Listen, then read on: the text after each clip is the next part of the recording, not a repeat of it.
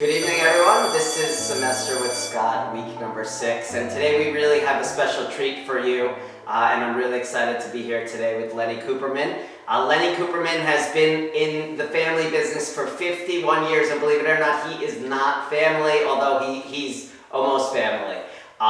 So this is a great treat, and today Lenny, who other than Lenny to explain this than Lenny?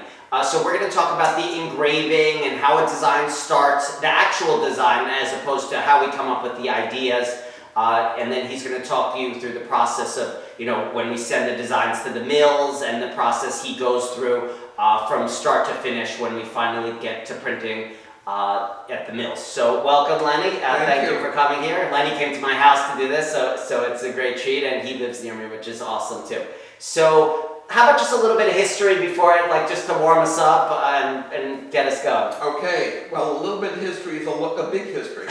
I've been with the company, as Scott said, for 51 years, but have known the family for 70 years. Wow. I grew up 3 blocks from where Scott's father lived, and we went to high school together, even though we weren't in the same grade, but I was in the same grade with his sister and was friendly with her. Wow. I went off to college, went to FIT, graduated with a degree in textiles, and started at an art studio and stayed there 5 years. Little did I know at the time that one of the customers that the studio had was Jaftex Corporation, and I did a lot of their work. They had no art department at the time.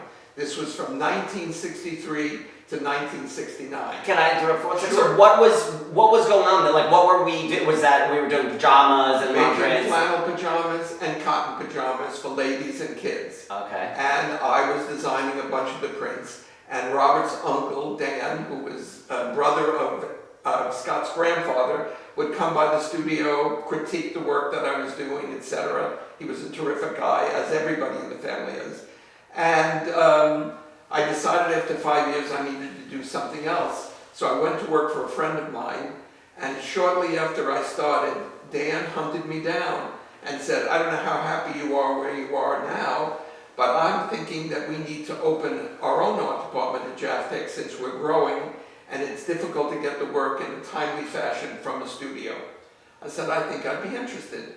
So I went to a luncheon to meet Scott's grandfather, Everett, not knowing that Everett was Dan's brother because they had different last names. And when he stood up to meet me, he said, oh my goodness, Lenny Cooperman, who used to come to my front door and pick up my daughter in high school? Oh my I God, said, that's yes. so funny.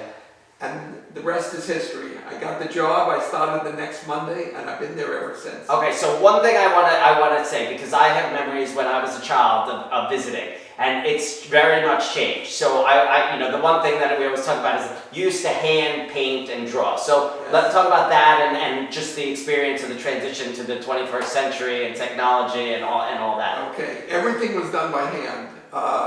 All the little florals, all the paisleys, all the plaids, all painted with many different Winsor Newton colors, different size brushes, and all sorts of papers, including rice paper that you could see through. We'd have to trace a design. It was an endless, long process to do all this. But it worked for many, many years. And in 1997, the company decided to go high-tech and started getting involved with a design CAD system, which we purchased from a company called Net Graphics. I went to school for 1 week, came back to the office, was hand painting part of it and doing the work on the computer until I was up to snuff. Took about 6 months of actual working on it to feel I was comfortable enough to stop the hand painting. By the time I was finished working on the computer for a year, I was able to turn out 5 times as much work in one day on the computer as we did with handwork. And if you might not know this, but a lot of customers, after they bought a design, would need a copy of a design. So I'd have to match the colors, repaint the whole design so they had a copy before the fabric was ready. Nowadays, all you do is push the button and you get a second copy exactly like the first on the computer. Awesome. How many people were in the art department then? when you transferred over from hand painting? When we transferred from hand painting to the computer, we had 5 people. And were they hand painting to computer, or did you start bringing in computer people? We did both. We transferred 2 of the hand painters to computers. 3 of them moved on to other places where they were still doing hand art, and then started to hire, going forward, only people who were computer literate. And now I think in New York we must have 14 artists or 11 artists. We have a lot, a big staff. We have a lot. As big as the biggest it's ever been? Oh, the biggest it's ever been, absolutely. For the first 5 years it was only me, and then it became 5, and since then it's grown dramatically. All right. Well, I'm sure we can talk about this for days, and we'll do another video. But why don't we get into the heart of what you want to show today? Okay. So today I'm going to pick on one specific person. I think most of the people that are watching this will know Kim Deal, who's one of our star designers. For Henry Glass. Right, for Henry Glass. And I do all the work for Kim Deal since she started. She started 20 years ago at least. Is it yeah, Debbie, before me though? Oh yeah, wow. Debbie Sisman worked on it. Wow. Lisa Lessel took it over, and then Karen took it over. So it's a transfer of 3 different stylists at Henry Glass that have worked with Kim Deal, and I've worked with it since. Wow, I didn't realize she was there for that long. A long time. Holy cow. Anyway, so I'm going to pick out one specific print that is part of a simple whatnots that's going in the stores right now. So maybe people have already seen it, have purchased it, but I'm going to go over how we started one print and the steps that we do. The first part is that Kim actually sends in just a tiny little hand drawing in black and white. So Kim sends in a little black and white. She has a vision of what it should look finished, but this is all the artistic part that she does.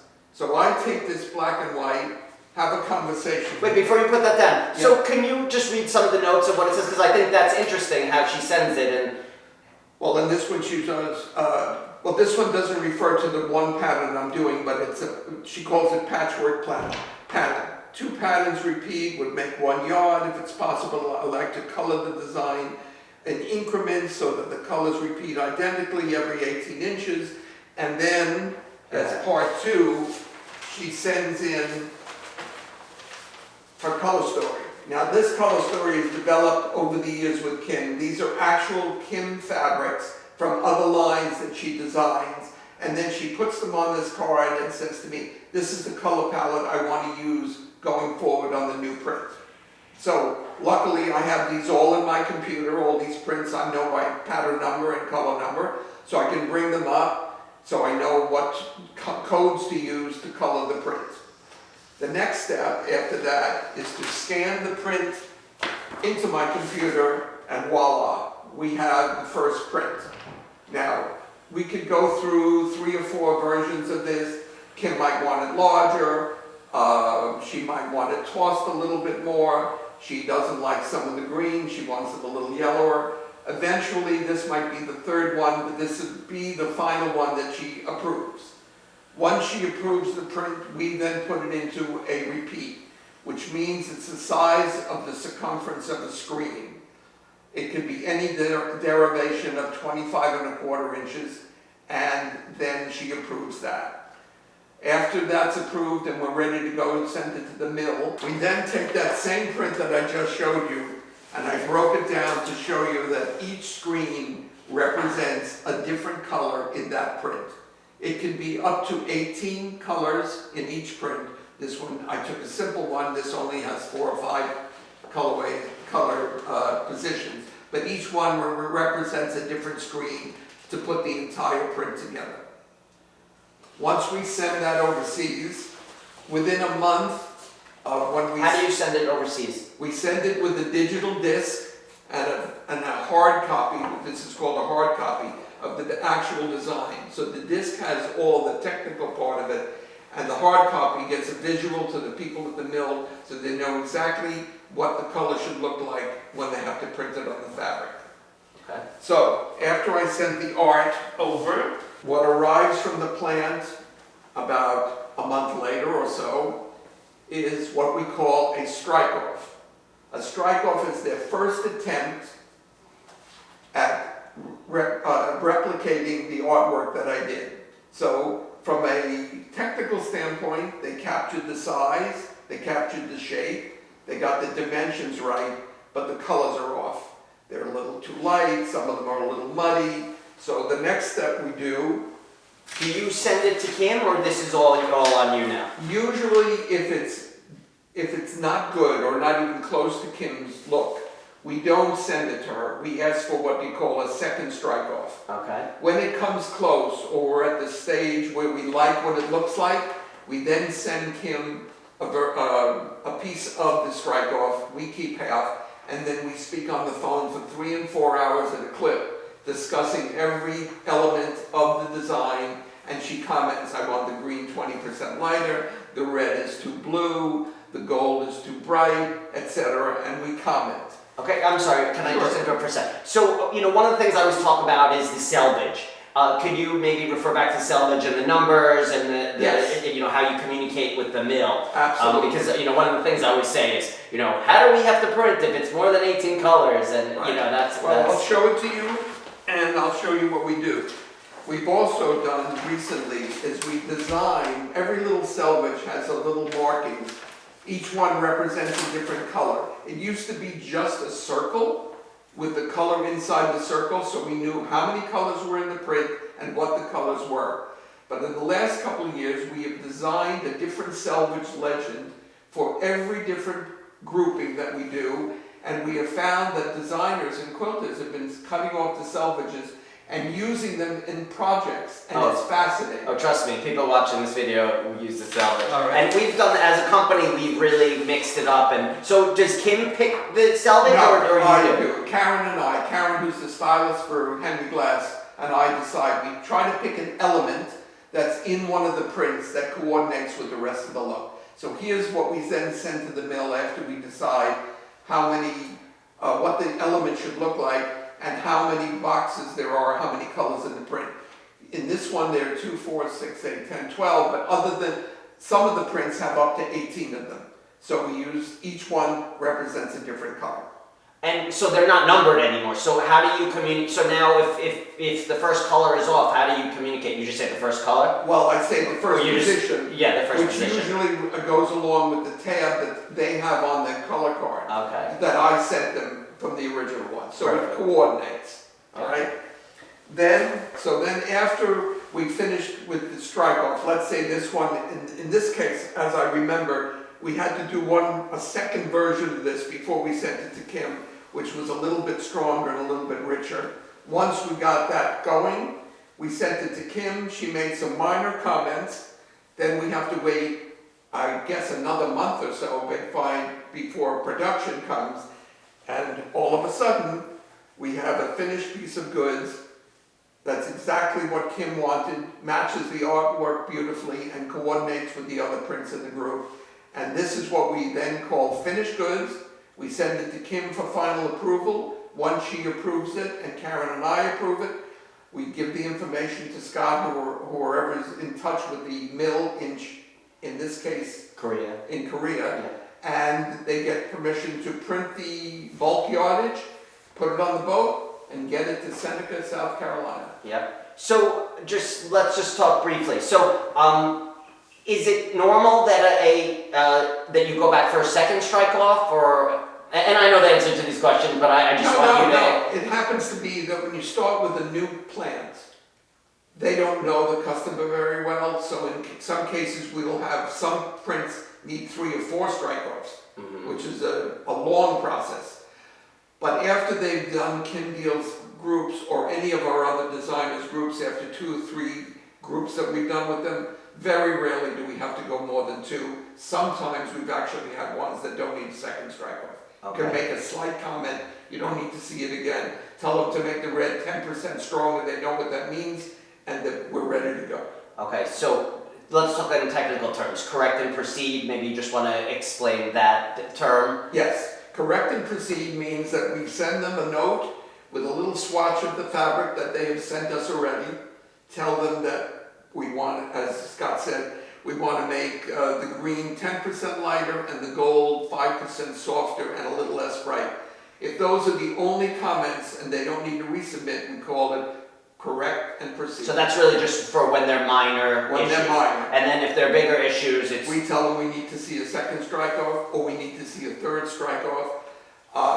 Sometimes we have to give them more information because they're just not seeing it properly. Did they ever have to start over from scratch?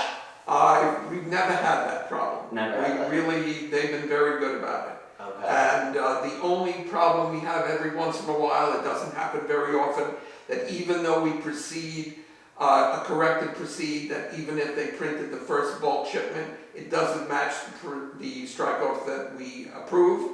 So we don't necessarily accept those goods. We're very, very careful and and we want to make sure that all our customers are happy, and certainly the designer that designed the group is very pleased with what we did. Kim Deal has been very pleased over the last 20 years with what we're doing, and our business with her has been growing, and she's been just a terrific asset. Okay, so I see you have a bunch of other papers on the floor. Can I steal a couple of these Sure. and just see if maybe you'll talk about what it is? Because I think it looks interesting. I'm not really sure what it is. All right. Well, this is something that hasn't happened yet. This is a new thing for Kim. I need that. Oh, you need that? Sorry. This is a very tiny little diamond that she drew on a graph print. It's just a tiny diamond with a background. She has sent me next a whole range of colors. She wants to do that diamond print as a basic, and she's going to plan to do it in maybe 15 different colorways that are going to coordinate with a whole group of Kim's lines. Past lines, current lines, and future lines. So it will become what we call a basic. And So it says sugar shaker solid. So you guys are getting some inside scoop Right, before everyone else. Don't tell anyone, please. Please don't. Anyway, so this is Kim's idea, to have some basic prints that all the quilters can use as a coordinate that goes with past groups, current groups, and future groups. So we're just in the process of getting this started. This is what we call a pitch sheet. When the sample comes in, the first strike-off comes in from the mill, we then take a swatch of that sample, put it on the sheet. These little pitches or little solid colors are the original colors that we liked, so we put them back in the place of each position of the colors, and then make a little comment below on what we want to do to change it. The red needs to be 15% stronger, the green has to be 5%. So here you said on color number 4, Make brighter, less dusty. Color number 5, increase strength, reduce strength 10%, make it softer. This goes back to them after the first strike off. They get the second one with a little luck, it's corrected, and again, correct and proceed. If not, we set up another sheet just like this, make comments again, send it back to them, they have to resubmit a third one. Okay. All right. So I think that was very thorough, and you covered a lot. So I want to talk to you about another thing. So let's talk about the person that you deal with from the mill and that process. All right. And which mill? Do you know which mill it is? Well, all of Kim's lines are done through TextView. TextView. Okay. So we don't have a rep that comes into New York from TextView on a regular basis. But let's make believe you do. Okay. And with just so they go through the process. Okay. So usually what happens is there's a rep from the mill from Korea who lives in our area up here. He comes up to the office with the first strike off. We then take it from him. We spend a few days going over all the comments that we make. He comes back to our office. We sit in the showroom and review the comments. He takes our English comments and writes them in Korean, Yep. so that the people in Korea understand what we want to do in their language. He then FedExes back the package to Korea and then gets in touch with us via email within a few days to tell us when we can expect the second strike-off. And this is the process that goes on until finished goods. He then brings finished goods to our office. He asks us to approve them, and once we approve them, he gets in touch with Korea to make a bulk shipment, gets it on the water, and gets it to the United States. So with our companies each doing maybe 50 to 75 lines per year, you can imagine these guys are constantly coming up to the office and hopefully for their sake they're not doing second and third and fourth strike-ups, otherwise they're coming an awful lot. But a lot of times the same guys come over and over, so they get, 4 or 5 different designers and get 4 or 5 different lines done, so they get it covered at the same time. But they're mostly in the city, and basically what they're doing is facilitating the language barrier, because we actually probably do have a few people in the office that speak Korean, but that's really their function, and that's really what they get paid for. Anything else you want to add? Did we miss anything? Well, it's interesting. One of the other things that we work with many different plants, and each one of them has their unique features. When we're all vying to put in new lines, depending on the type of design it is, if we have a design that has a lot of photo technique and watercolor, all the stylists want to pick a specific plant, because their creative department in Korea has the best people to create the watercolor effect. Right. We have other plants that have the best color looks. So everybody has their own special attributes. So we farm out our lines to those plants depending on the look of the line and the quality that we want out of that kind of group. Okay, so now I have another question, of course. So tell me what it's like working with the team, because you pretty much lead the art department. What's it like working with everyone now that we're home with COVID and all that? And I know you have been coming into the office sporadically. Well, I think, first of all, as a team, I think we all work very well together. I've been working directly, for instance, for Kim's line, I work with Karen. Karen and I physically share an office and have become very good friends. So our working relationship is very good. But I do plenty of work for the Blank Company, for Studio E, for, who else do I work for? Well, that's really That's it. Hey, Nathan, you do some flannels, so some chain stuff. everybody has a little bit of a different personality, so you have to work a little bit differently. Some people, some of the stylists who I really work under have different parts of the way they see things. Some people are very critical on color. Some people are very critical on the size of the repeat or the layout of the project. It's fascinating, but we managed to get everything done. I think everybody works very well together creatively. We're out there to help each other. So if Karen and I are not sure about something, we're happy to ask Megan or Lisa or Diana or Megan or Marlon or Maria to give their creative input into a line that, even though they're not working on it, we want their opinion. So now that everyone's working from home, how challenging is it with because I know, this is your art thing and the colors are very important. Is the color matching a big challenge because everyone has a different computer, is that your biggest challenge? That's the biggest challenge, is the color matching. So I know that with some of the designers we do as Kim Deal, etc., and Missy Carpenter for Blank, they're very critical on color. So that's why I've been going into the office once a week to either work with Karen or Diana on these specific lines to match the colors to the correct printer that I have in the office. Even if you have the same printer at home, every printer has its own personality. It's like the computer monitor. It looks different. It just looks different. And also when we're working remotely, if I'm working in Connecticut and Karen is in New Jersey and Diane is in Brooklyn, even though we were able to send each other files, you don't know how big the file is, you can't visually see it until you print it out. So it's a little bit of a challenge. We've been supporting FedEx very readily, sending packages back and forth and speaking to each other on a daily basis, if not many times during the day.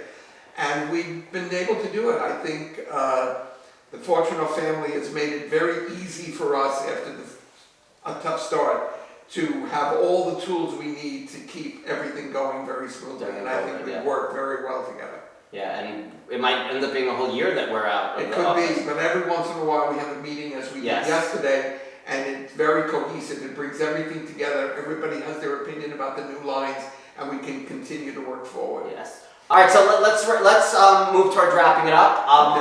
Unless there's anything else you want to say. I think we covered. All right, well, so I guess that's it. Semester with Scott, week 6. Really special treat to have Lenny here at my home with me and Marcus and doing this great video. There really is nobody better to learn this all from than Lenny. So we really appreciate you, Lenny, and I hope you guys appreciate this. And I hope you guys enjoyed the show, and I will see you next week for week number 7 of Semester with Scott. Take care, everyone. Bye-bye.